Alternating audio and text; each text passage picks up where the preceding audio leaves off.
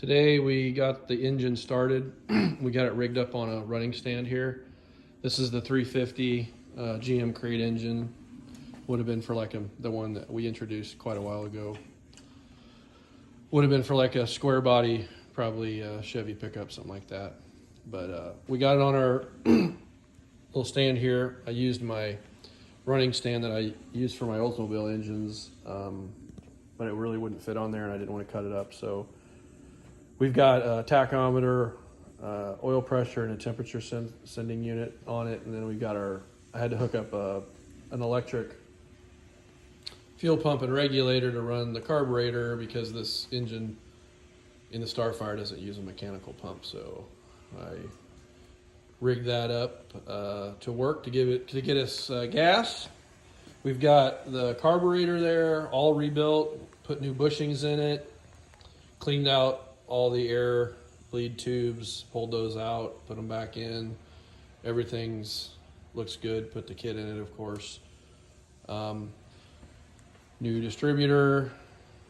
We took the fan. We left the fan off, and just for safety's sake, we got the new radiator there. This is the aluminum one that was recommended from the Monza Madness site on the group, Monza Madness group on Facebook. They've helped me out quite a bit with some ideas, but we got the radiator there. We fired the motor up here about 30 minutes ago, and it fired up on the first hit, went right up, so I was a little surprised, but the carburetor was set. We had it set pretty close to where we thought it would need to be. Thanks my buddy Jim for helping me rebuild the carburetor on it.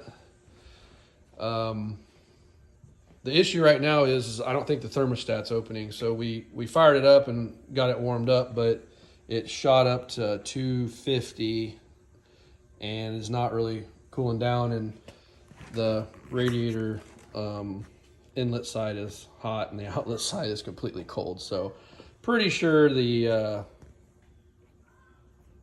thermostat's not opening, so I'll just pull that out and put it's a brand new thermostat, but who knows what's going on there.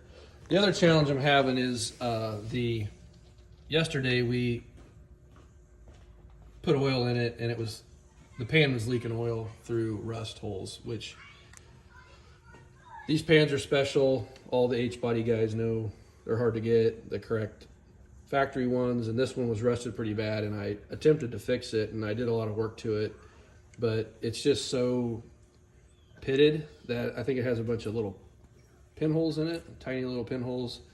And so we got them pretty much stopped, but it still seems to be almost like it's just seeping. It's not dripping or anything, but I'm still going to try to find a new pan for that, a factory pan. I'd prefer a factory pan because, as you can see, we're trying to keep this thing looking stock and putting everything back correct as much as possible. Not everything, but most of it. So I do need to try to find another pan, but we rigged up a little exhaust too on it, just a muffler, stuck it in there with a collector and jammed some steel wool in there to seal it. It actually worked really good. But we're gonna pull this thermostat housing back off, and once this thing cools down, and change that thermostat out, or maybe I'll just put an orifice in it. I've got an orifice plug that I can put in it, just a disc for running on the stand. So we need to get the carburetor tuned and get it timed. I got the timing about right, and then it started getting hot, so I had to shut her down. But yeah, it ran good, fired right up.